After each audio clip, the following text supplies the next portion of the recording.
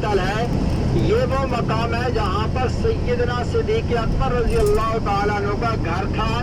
سرکار علیہ السلام وہاں تشریف لے گئے، ابو بکر پاک سرکار پہلے ہی تیاریوں میں تھے تو وہ نے ساتھ لیا، تو یہ 2 افراد کا قافلہ سفر کے لیے روانہ ہوا اور آپ علیہ السلام غار ثور بالکل مکہ سے نکل کے مدینہ کے اپوزٹ بالکل مخالف راستہ استعمال فرمایا۔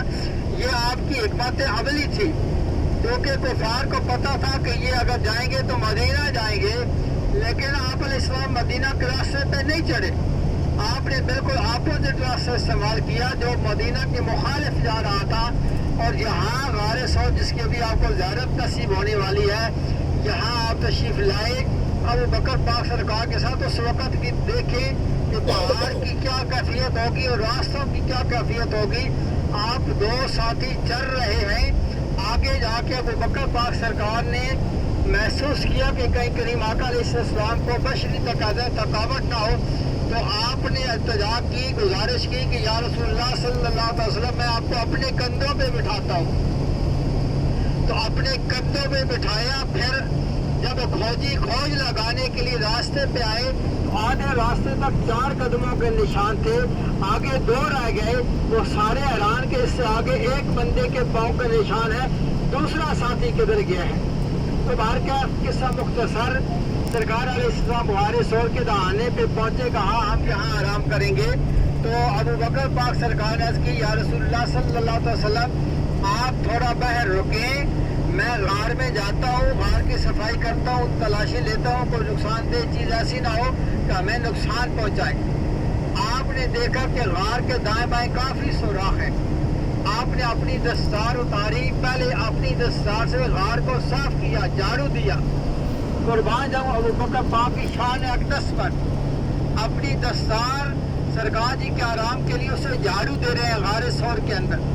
پھر اس دستار کے پھر 20 بنائے کپڑے پھاڑ کے اور جتنے سوراخ تھے ایک ایک کر کے سب کو بند کرتے چلے گئے۔ اچھا 20 کپڑے کے ختم ہو گئے، ایک سوراخ باقی رہ گیا۔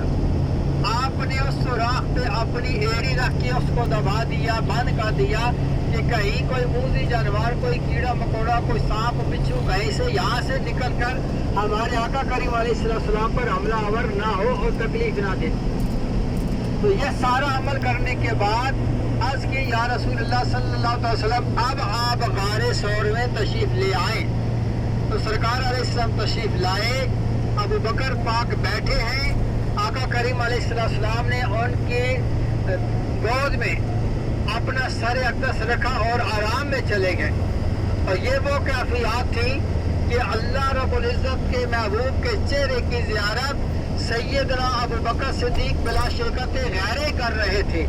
ایک مرتبہ سرکار جی نے پوچھا تھا، پہلے اپنے حدیث ثلاثہ ہے، سرکار جی نے اپنی 3 پسند کا اظہار فرمایا۔ تو ابو بکر پاک کی یا رسول اللہ آپ نے سچ فرمایا ہے، میری بھی 3 ہی پسند ہیں۔ پہلی پسند یہ فرمائی کہ آپ کے چہرے کو بس دیکھتے رہنا، ابو بکر کی آنکھ ہو اور چہرہ مصطفیٰ ہو اور ابو بکر چہرہ مصطفیٰ کی زیارت کرتے رہیں۔ تو غار ثور میں یہ سعادت نصیب ہوئی